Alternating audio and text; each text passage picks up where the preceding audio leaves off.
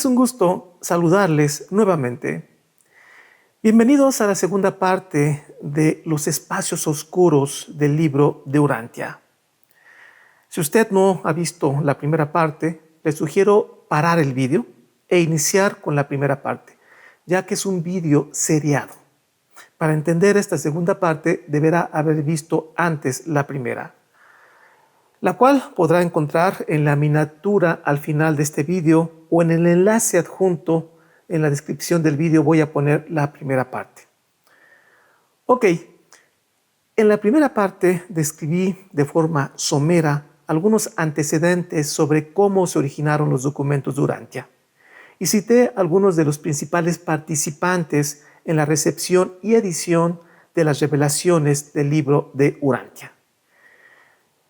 En las revelaciones estuvieron involucrados muchos seres humanos, pero pocos fueron los que estuvieron en contacto directo con las revelaciones y con el sujeto dormido. Este pequeño grupo es el denominado la Comisión de Contacto, como ya lo mencioné en la primera parte. Pero el fórum o el foro, hubo muchas personas y algunos de ellos dieron fe de los sucesos ocurridos en el 533 de Diversey Parkway, Chicago. No sé si así se pronuncie. Lo voy a escribir aquí, Diversey Parkway, Chicago, donde vivían los Sadlers y donde ahora son las oficinas de la Fundación Urantia. Y estos testigos de los hechos, algunos más involucrados que otros, finalmente escribieron su versión sobre la historia de cómo se formaron estos documentos. Y, como en todo lo que toca al ser humano, se genera controversia, hubo disgustos, diferencias, etc. Y el proceso sobre la recepción y edición de los documentos de Urantia no fue la excepción. Hubo conflictos, hubo dudas, hubo enojos, incluso hubo expulsiones del foro. Existe la versión oficial, obviamente.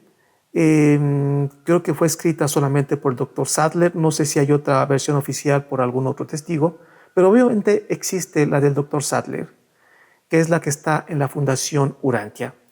Y existen, por otra parte, las versiones no oficiales de lo ocurrido, escritas por exmiembros del foro. Uno de los documentos que critican la veracidad del libro de Urantia, quizá uno de los más conocidos, es el trabajo de Martin Gardner, a través de su libro Urantia, Revelación Divina o Negocio Editorial, escrito en 1995. Un libro, si no mal recuerdo, es de más de 400 páginas o anda alrededor de 400 páginas, es un libro bastante gordo, que por cierto fue escrito cuando aún el libro de Urantia era muy poco conocido para los hispanoparlantes, ya que la primera edición en español del libro de Urantia surgió en 1993. El libro de Martin Gardner creo que debió ser un fracaso editorial, pero no por la calidad, sino porque en esos años el libro de Urantia era prácticamente desconocido en su versión en español. De hecho, recuerdo haber tenido un ejemplar en mis manos, un ejemplar del libro de Martin Gardner en aquellos años. El libro se hallaba en remate, digamos, estaba casi regalado. Se hallaba entre un montón de baratijas maltratadas, de esas que nadie quiere, dentro de un enorme cesto de una tienda tipo Walmart, de esas que ponen a la entrada con cosas que están en remates, cosas semi-usadas o ya maltratadas, y que bueno, uno empieza a expulgar a ver qué encuentra. Pues ahí estaba el libro de Martin Gardner, me sorprendió encontrarlo ahí. Pero bueno, es una anécdota. El objetivo, desde luego, no es hablar o resumir este libro. Por ahora solamente deseo destacar una de sus posturas. Primeramente quiero decirles que Martin Gardner no es un improvisado. Realmente es un reconocido periodista, o lo fue, no sé si todavía viva, en materia científica. Fue investigador y escritor de muchos libros. Además fue fundador del Comité para la Investigación Científica de Cuestiones Paranormales. Creo que debemos valorar la calidad de su investigación, ya que es un escritor bastante serio.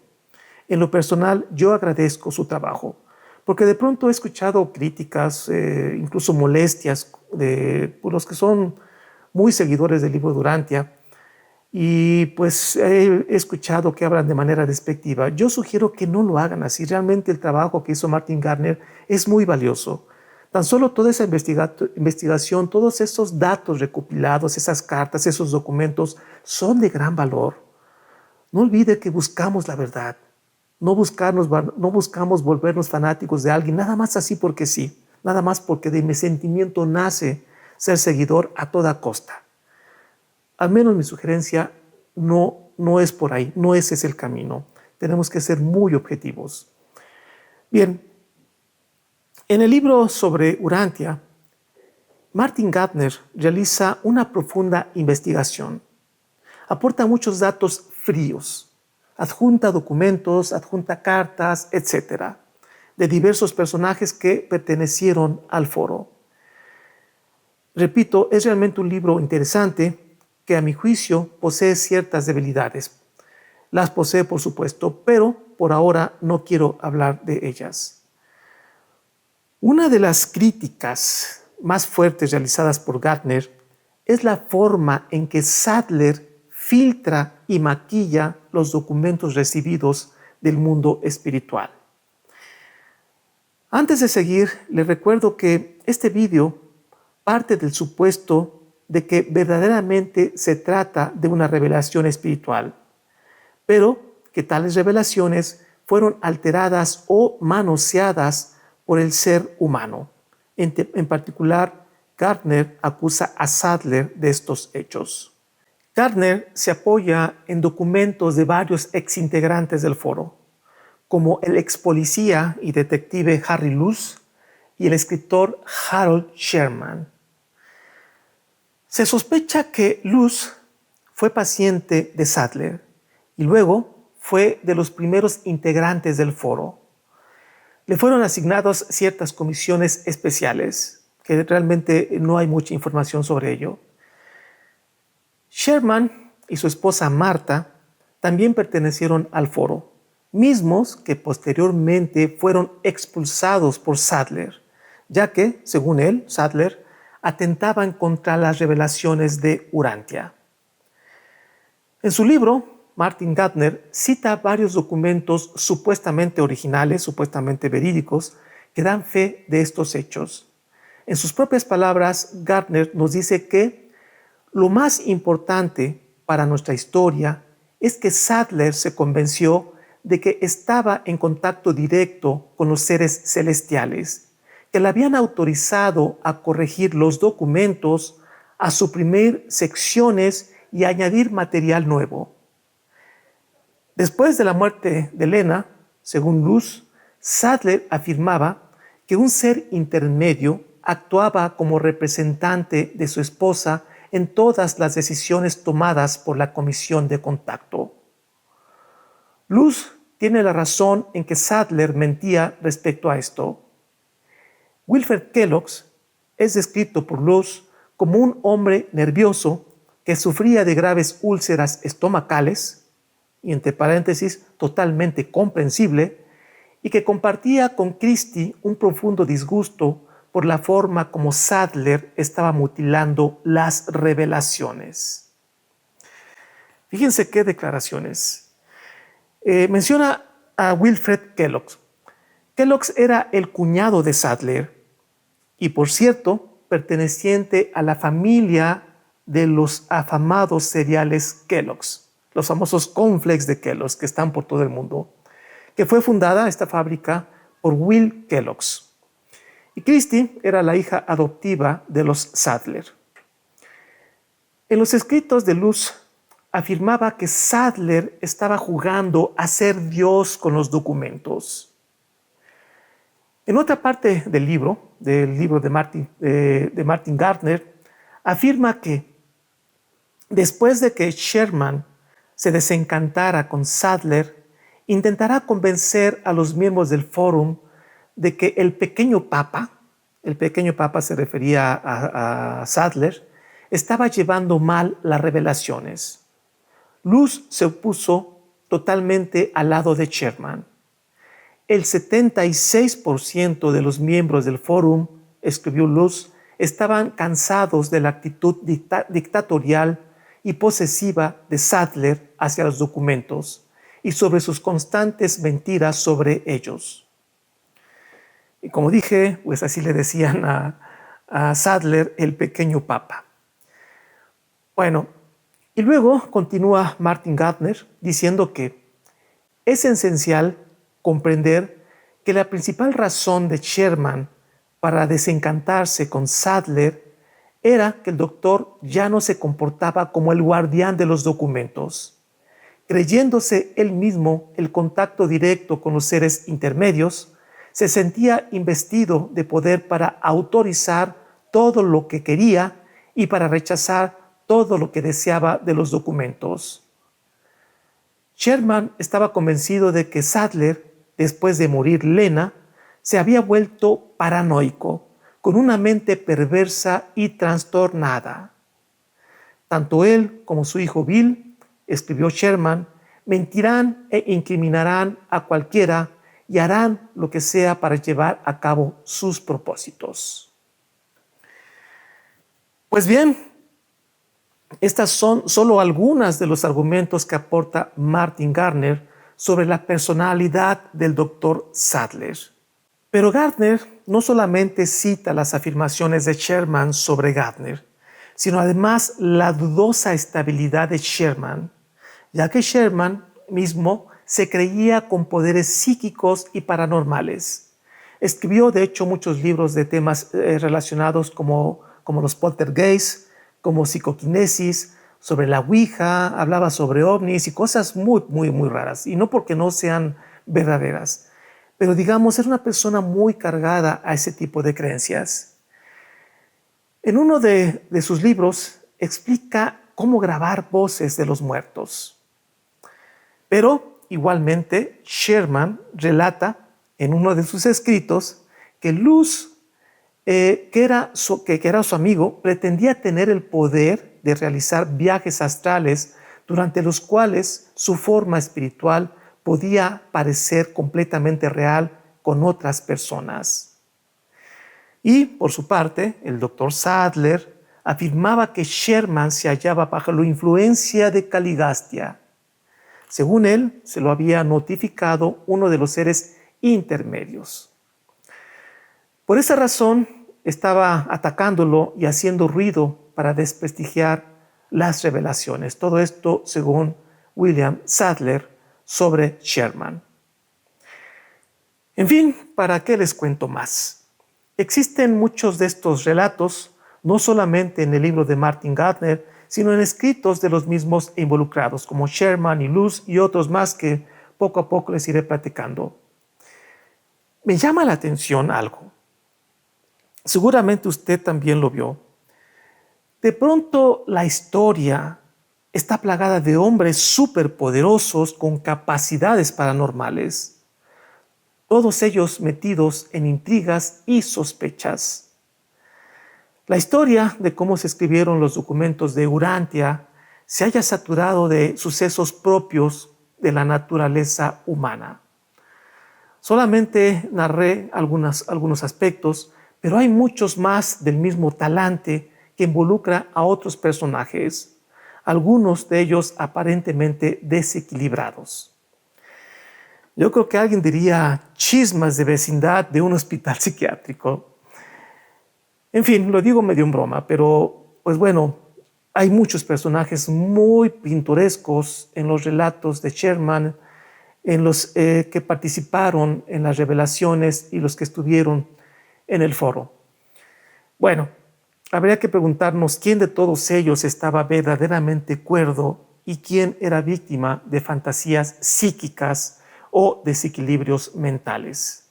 No sé cómo lo vea usted, pero si realmente hubo una preparación del grupo de humanos a través de los cuales se recibieron estas revelaciones y bajo el supuesto que los seres espirituales tienen la capacidad de conocer la calidad ética de nosotros los seres humanos, Dudo que hubiesen elegido a un personaje desequilibrado mentalmente, como se afirma en ciertos documentos escritos por exmiembros del foro.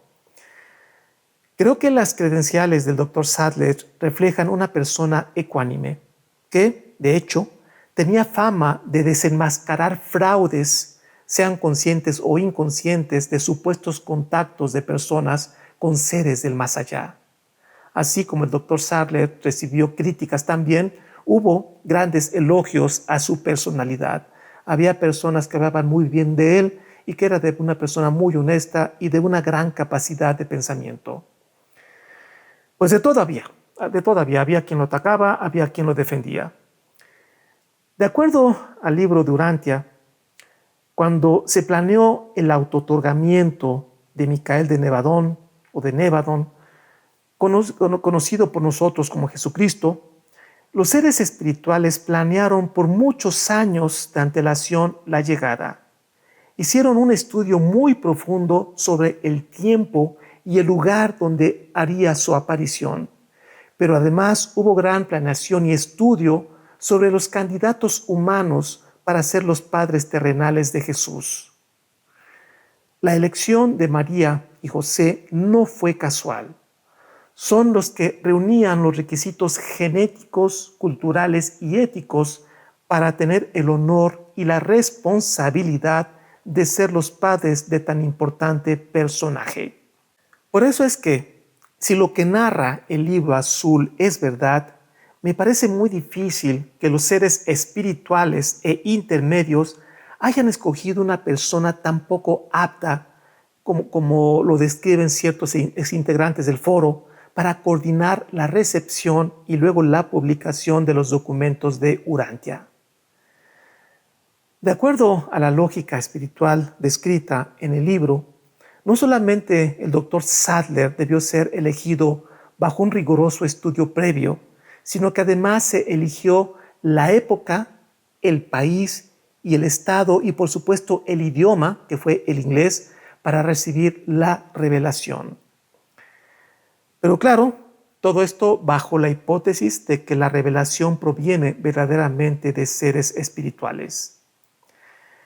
En nuestra experiencia de vida, creo que nos topamos con múltiples personalidades, muchas de ellas altamente conflictivas, con personalidades y temperamentos impredecibles. Con tantas personalidades tan singulares como la que describe Gardner en su libro, me parece que era inevitable todos los conflictos e intrigas suscitados. Poco tiempo antes de la muerte del Dr. Sadler, Sherman envía una carta al doctor Sadler solicitándole revele toda la verdad sobre los escritos, ya que él era el único que verdaderamente sabía cómo ocurrieron los hechos. Pero hasta donde sé, Sadler nunca contestó la carta. Me gustaría que quede claro que, al menos en mi opinión, esto no demerita la gran sabiduría y el enorme mensaje de amor que contiene el libro. Creo que debemos tomar con mucha prudencia estas declaraciones. No tengo duda que hubo enormes conflictos entre los integrantes del foro con el Dr. Sadler.